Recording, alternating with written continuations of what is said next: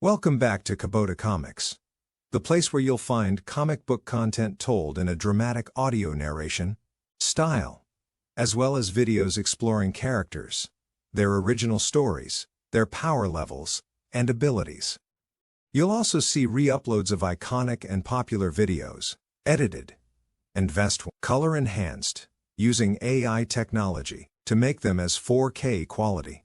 Don't forget to support the channel with a like and subscribe to continue these stories and create even more content for you.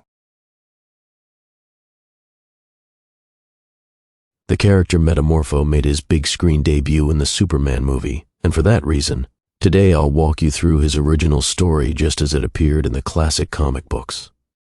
Metamorpho first appeared in The Brave and the Bold 57th in 1965, created by Bob Haney and Ramona Fradon. His real name is Rex Mason, and before his transformation he was an adventurer in the style of Indiana Jones.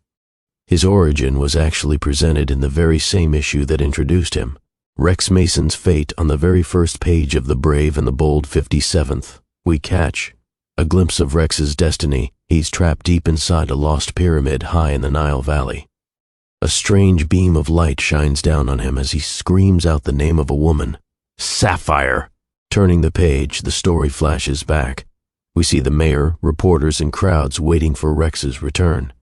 Someone says that's Mason, the fortune-hunting soldier of fortune back from South America with the secret of the Indian witch doctors who can shrink the human body. Another man answers, yes, another job completed for the old man Simon Stagg, better known as Mr. Millions. What kind of life does that guy live anyway?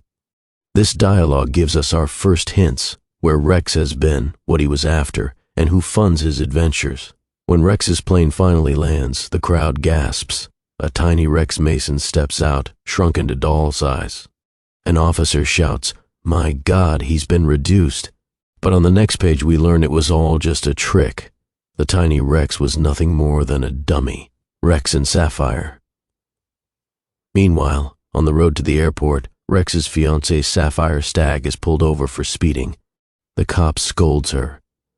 "Just because you're rich, pretty, and arrogant doesn't mean I won't write you a ticket." At that very moment, Rex's plane passes overhead. Excited, she shouts, "That's Rex's plane." Suddenly, Rex himself parachutes down, landing right into the seat beside her. "Hello, darling," he says over her car radio. "I recognized your car through the scope. Harry will take the plane, but I'm heading straight to you." He lands, embraces her, and says, "I missed you so much." She answers with that unmistakable 1960s romantic flair. "Oh, Rex, you wonderful fool." Simon Stagg's plans back at the airport. The truth comes out. The shrunken Rex was just a doll, and the mayor fumes that it's an insult to the city. Simon Stagg, Sapphire's wealthy father, has been watching the whole thing live through hidden cameras. His brutish bodyguard Java, a revived caveman, growls that Rex can't be trusted. Stagg coldly replies, "I made you smarter, Java, but don't think you know more than me." It's also clear Java is in love with Sapphire, resenting Rex bitterly. But Stagg has his own plans. He assigns Rex a new special mission, promising him $1 million payday. The mission to Egypt. Despite Sapphire's pleas not to go, Rex can't turn down that kind of money. Soon he and Java are flying across the world, heading deep into the upper Nile Valley. Their target, the legendary Orb of Ara, a mysterious meteor fragment encased in crystal, shaped like an ancient scepter. Inside a pyramid, Rex marvels, it's incredible. A piece of a meteor sealed inside quartz. But Java betrays him, knocking Rex unconscious and stealing the orb for himself, dreaming that one day Sapphire could be his. The transformation unconscious, Rex's body triggers ancient Egyptian machinery that drags him deeper into the pyramid, placing him before a blazing molten meteorite, the orb of radium's power source. The heat is unbearable, and Rex cries out in agony. Believing he's doomed, he remembers a chemical formula Stagg once gave him for a day when death is near.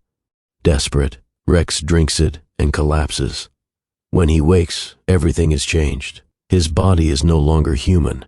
His flesh has become a shifting mass of chemical elements. Horrified, he stumbles to a mirror and gasps, "Good Lord, I'm not Rex Mason anymore. I'm something else entirely." But with this curse comes power.